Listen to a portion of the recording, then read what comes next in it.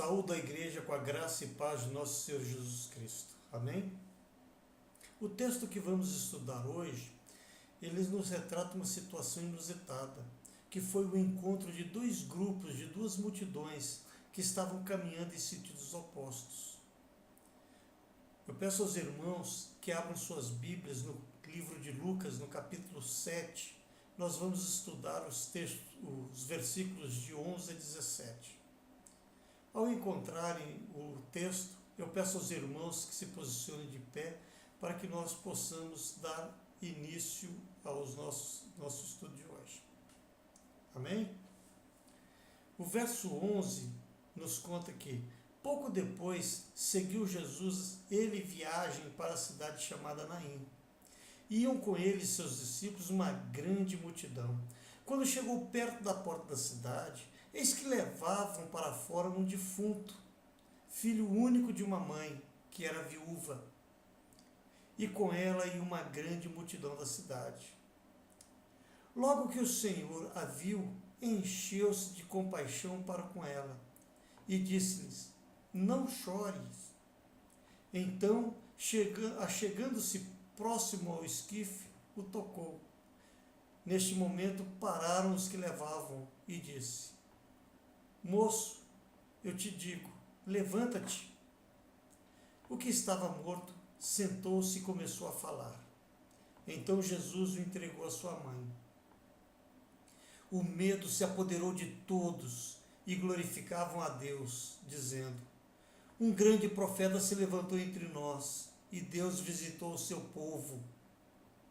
E correu a notícia disto por toda a Judéia e por toda a região circunvizinha. Amados, a mensagem lida nos apresenta uma cena em que duas multidões que caminhavam em sentidos opostos acabaram por se encontrar nos arredores da aldeia de Naim. Essas duas multidões estavam representando uma a morte do filho morto e a outra a vida, onde estava sendo levado o próprio Jesus Cristo naquele corpo. O estado espiritual do primeiro grupo nos traz uma visão de um povo triste e sofrido, vez que o filho único de uma viúva havia falecido e junto com ele toda a esperança de uma vida melhor, vez que o enterro de um filho único era a maior tragédia que poderia acontecer àquela mãe, pois doravante não teria mais com quem contar, pois quem poderia cuidar dela na velhice acabara de morrer. Simbolicamente, o grupo que transportava o morto representa as nossas lamentações de nossa vida, as tristezas que vivemos, a falta de amor existente entre as pessoas que estão na nossa convivência do dia a dia, ou seja, somente sofrimentos. Já o outro grupo que estava transportando ali Jesus representava a vida. Muitos daqueles homens e mulheres que estavam acompanhando o cortejo de Jesus haviam sido curados por milagres, haviam sido libertos de demônios. O nosso estudo de hoje, ele será dividido em dois blocos. O primeiro bloco, o bloco em que há o encontro dos dois grupos, das duas multidões. E o segundo grupo é a vitória da vida contra a morte. Irmãos, como será que estaríamos hoje se tivéssemos perdido um ente querido? Um pai, a mãe, um irmão, um filho. Como será que como é que estava se sentindo aquela mãe daquele filho único naquele momento? Temos que lembrar que ela era viúva, havia também perdido o marido. Este grupo era um coro de tristezas e lamentações. Todos estavam enlutados, chorosos, e demonstravam um elevado sentimento de dor. Ninguém estava sorrindo, ninguém festejava, era só lágrimas pela perda. A morte assim fazia presente. A viúva não parava de chorar, mesmo contando com o amparo de seus vizinhos, de seus amigos, de seus parentes. No verso 13, nos conta que Jesus, ao olhar por aquela mulher, ao contemplá-la, ao prestar atenção nela, sentiu uma profunda compaixão por ela. Jesus não se compadeceu apenas daquela viúva. Ele demonstrou amor por todas as pessoas que o procuravam, pois ele, ao olhar a viúva, também estava contemplando a todos, de forma a transmitir muito amor, muita compaixão a toda a humanidade.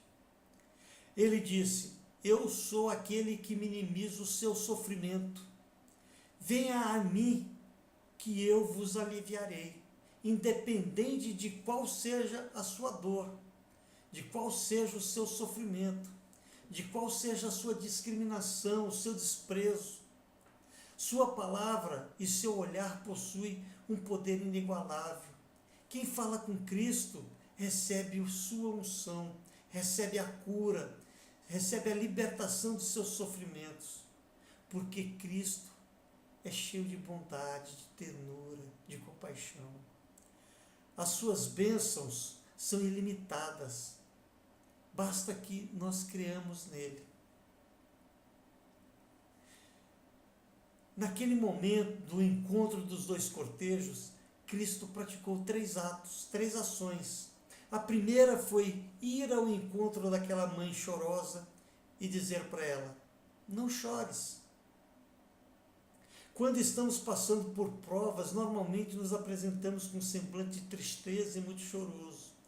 Quem nos busca a nos consolar sempre traz frases do tipo: não chores, não te preocupes, tudo terá uma solução plausível. O diferencial para aquela mãe, para aquela viúva de Naim, foi que quem a consolou foi Jesus. O príncipe do universo, o príncipe da vida, aquele que venceu a morte e ressuscitou ao 3º dia. Ao dizer para ela: não chores, deu tranquilidade a ela. A segunda ação foi tocar no esquife. Após tranquilizar a mãe que estava transtornada, Jesus foi ao encontro do esquife e tocou. Nos conta o texto que, ao tocar o caixão, imediatamente as pessoas que transportavam pararam. Jesus demonstrou naquele ato sua imensa autoridade, não apenas para com aqueles homens, mas também para com toda a humanidade. Amados, o caminho da morte é o caminho dos desesperados. Vejamos o que nos conta Paulo em sua carta aos Efésios, no capítulo 2, verso 12. Naquele tempo estáveis sem Cristo, separados da comunidade de Israel e estranhos aos concertos da promessa, não tendo esperança e sem Deus no mundo. Contudo, amados, a promessa feita por Jesus de salvação e santificação foi para que nós ficássemos firmes na fé, foi para que nós buscássemos o caminho da salvação na cruz de Jesus. Quando procuramos a Deus, principalmente em nossas angústias, Ele nos conforta, Ele nos transforma. Neste momento, confortados e transformados, devemos tomar uma decisão em nossas vidas. Devemos buscar os passos de Jesus, pois Ele é o nosso único Salvador. A terceira ação de Jesus foi proferir palavras de poder, palavras fortes. Quando Jesus profere as palavras: moço, eu te digo, levanta-te, ele empregou tamanha autoridade sobre o morto que ele se levantou. Jesus está sempre operando milagres grandiosos e quase sempre impossíveis para o homem comum. O resultado dessa ordenança foi que o jovem se assentou e começou a conversar. Isso provocou um tamanho espanto naquele povo que eles passaram a louvar e glorificar a Deus. Jesus, para cumprir o que estava previsto nas Escrituras, teve que ser morto para ressuscitar ao 3º dia. Amados, Jesus permaneceu atuando em nossas vidas com o seu coração carregado de amor, de compaixão e de alegria. Por isso, alegrem-se, ainda podemos ter esperança para a nossa salvação. Basta que nos arrependamos verdadeiramente e buscamos trilhar o caminho de Jesus, o caminho da cruz. O texto nos apresenta que quando Jesus, ao ver o sofrimento e a dor daquela mãe, teve muita compaixão por ela. Isso se apresentou para que aliviasse o seu sofrimento. Jesus é a vida eterna. Ao tocar o caixão, transforma aquele corpo morto, trazendo-o de volta à vida. Como já dissemos, Jesus veio para que fossem cumpridas as Escrituras. Vejam o que temos no livro de Isaías, no capítulo 53, versos 4 e 5. No entanto, era o nosso sofrimento que ele estava carregando, era a nossa dor que ele estava suportando. Porém, ele estava sofrendo por causa de nossos pecados, estava sendo castigado por causa de nossas maldades. Amados, quando Jesus está presente, até mesmo o funeral acaba. Aquele funeral que estava sendo levado para o cemitério foi interrompido ali nas proximidades da entrada de Naim. As lamentações foram deixadas de lado, foram transformadas em louvores ao nosso grandioso Deus. E nós, o que devemos fazer? Devemos buscar o Senhor porque Ele está no céu, à nossa espera. Transformemos nossas atitudes de comodismo em ações multiplicadoras, levando a palavra de Deus a quem não a conhece. Vamos buscar concluir as obras de Deus, nosso Senhor. Vamos buscar um encontro real com Cristo. Quando nós nos encontramos com Cristo, esse encontro traz uma tranquilidade à nossa vida, porque nós ficamos cheios da misericórdia e do amor de Deus. Como já vimos, o olhar de Jesus, que Jesus nos lança, é diferente de qualquer outro olhar humano. Quando ele olha para a viúva, ela estava com plena tristeza, porém ela se encheu do amor de Cristo e se transformou. Este encontro transformou a vida daquela mulher, levando-a de uma vida de tristeza a uma vida de alegria, de vida. A comunhão com Deus, ela nos transforma em plena alegria. O texto é claro, os sentimentos de que Jesus, de Deus, o sentimento é claro, o texto é claro, o sentimento de Jesus para com ela foi de íntima compaixão. Ou seja, ele se compadeceu dela, indo consolá-la, e ofereceu o que ela mais queria, que era o seu filho de volta, vivo. Assim, amados, devemos crer, devemos buscar um encontro verdadeiro com nosso Senhor Jesus Cristo, para que possamos nos purificar de nossos pecados, para que possamos transformar-nos em verdadeiros servos de Deus, o que nos possibilitar um dia estar junto a Ele na glória dos céus. A presença de Jesus em nossas vidas, amados, ela é muito importante, porque é a presença de Jesus que nos transforma, é a presença de Jesus que nos tira a dor, é através desta presença que nós podemos buscar a esperança de um dia ressuscitar. O que nós não devemos fazer é não prestar atenção na presença de Deus em nossas vidas. Devemos buscar o nosso encontro verdadeiro com Cristo para que nós possamos desfrutar do seu grande amor, de seus ensinamentos e principalmente da sua presença em nossas vidas. Quantas vezes o Senhor nos mostra o caminho que devemos seguir e o que devemos fazer, bem como nos portarmos na presença de outras pessoas, e nós não prestamos atenção nisso.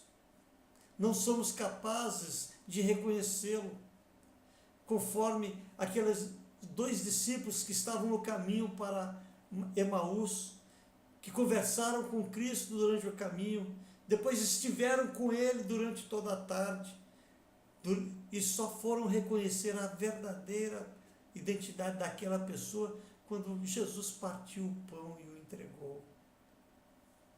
Ficamos nós a murmurar contra Deus, dizendo que Ele nos abandonou, que na realidade Ele está do nosso lado. Ele está sempre nos orientando, nos protegendo. Muitas outras vezes acreditamos que os testemunhos apresentados por outras pessoas estão distantes da nossa vida. O que nós devemos ter, amados, é uma fé forte. Nós devemos buscar a Deus como filhos de Deus. Devemos esperar de que encontrar com Ele no momento, a qualquer momento. A nossa busca deve ser encontrar com Cristo hoje, amanhã, não um dia certo, porque nós não sabemos quando Ele irá voltar, mas estarmos preparados para encontrar com Ele a qualquer momento. Quanto aos nossos problemas, devemos estar atentos para a palavra que diz que quando nós recebermos e reconhecermos a presença de Deus em nossa vida, devemos receber com autoridade. Pois se recebermos com autoridade, poderemos fazer as mesmas coisas que Jesus fez. Quem sabe ainda maiores. Assim, retiremos a trave dos nossos olhos e busquemos a Jesus com fervor, para que não percamos a oportunidade de reconhecer nele o nosso único Salvador. A Bíblia nos traz inúmeros ensinamentos acerca dos verdadeiros milagres de Jesus. Ele curou cegos, leprosos, endemoniados, paralíticos e muitas outras enfermidades. Mas ele ressuscitou apenas 3 casos. O da filha de Jairo, o de Lázaro e o filho único da viúva de Naim. No Novo Testamento nos apresenta uma 4ª ressurreição, que foi a realizada por Jesus nele próprio. O poder de Jesus é tão grande que mesmo ele morto, ele promoveu a sua própria ressurreição. Assim, amados, devemos crer que o reino está próximo, que seremos ressuscitados por Jesus, conforme está escrito em Filipenses capítulo 3, nos versos 9 a 11. E seja achado nele, não tendo como minha justiça a que vem da lei, mas a que vem pela fé de Cristo, a saber, a justiça que vem de Deus pela fé para conhecê-lo, e o poder da sua ressurreição e a participação de seus sofrimentos, confortando-me a ele na sua morte, para ver se de algum modo posso chegar à ressurreição dentre os mortos.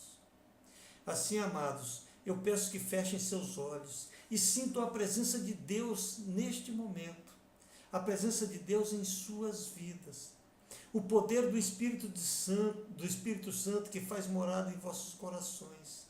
É a alegria em ter Deus dentro de ti. Façamos agora uma oração de agradecimento a Deus por nossas vidas.